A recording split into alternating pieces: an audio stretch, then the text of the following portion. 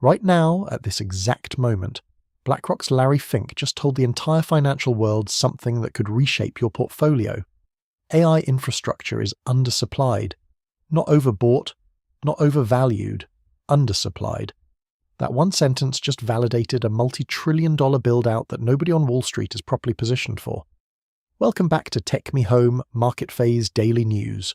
Look, everyone's been chasing AI software stocks. Everyone's been buying the sizzle, ChatGPT, Nvidia, the flashy AI narrative. But Fink just revealed the real play. You can't run AI without infrastructure. Think of it like this. Everyone's excited about fancy restaurants opening up, but nobody's building the roads to get there. The data centers, the power, the semiconductors, that's the infrastructure. That's the foundation. And right now, there aren't enough of them. Before we dig deeper, if you're worried about geopolitical volatility or rate uncertainty crushing your gains, you need to think about portfolio hedging. Companies like pharmaceutical giants, we'll talk about them in a minute, offer stability when markets get shaky. Do your own research, but defensive positioning isn't boring, it's smart. End sponsor. This validation from BlackRock's CEO directly props up companies like Quanta, ticker PWRs, and MCore, ticker EME.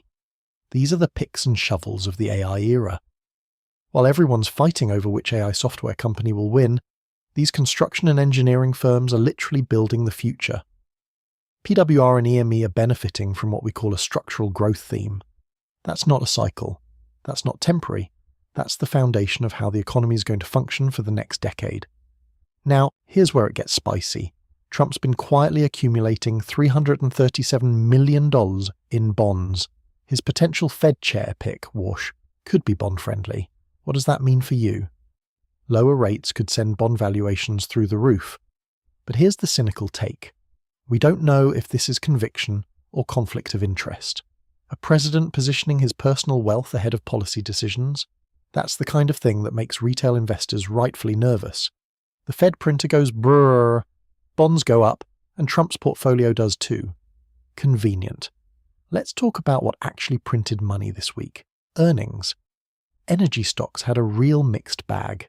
Talos Energy and Patterson-UTI absolutely crushed expectations.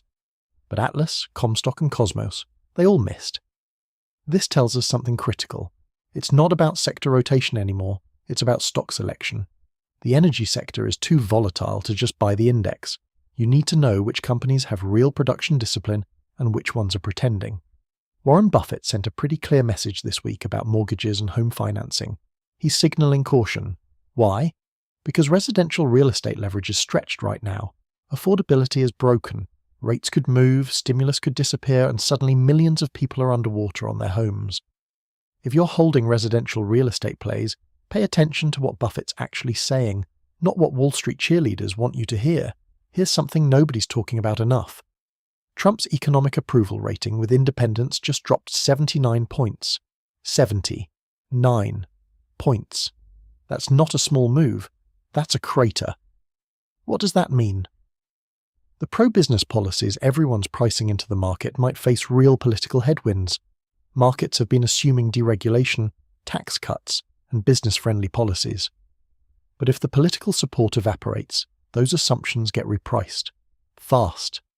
Now, here's your defensive hedge for that scenario. AbbVie just reported record sales and a strong pipeline. Pharma doesn't care about Trump's approval rating. Pharma doesn't care about interest rates or geopolitical tension. It cares about sick people needing medicine. ABBV's earnings growth is independent of economic cycles. When uncertainty rises, and it will, defensive sectors like pharma become your anchor. So what's the play here? 3 things. 1. The data center build-out is structural and undersupplied. Fink said it.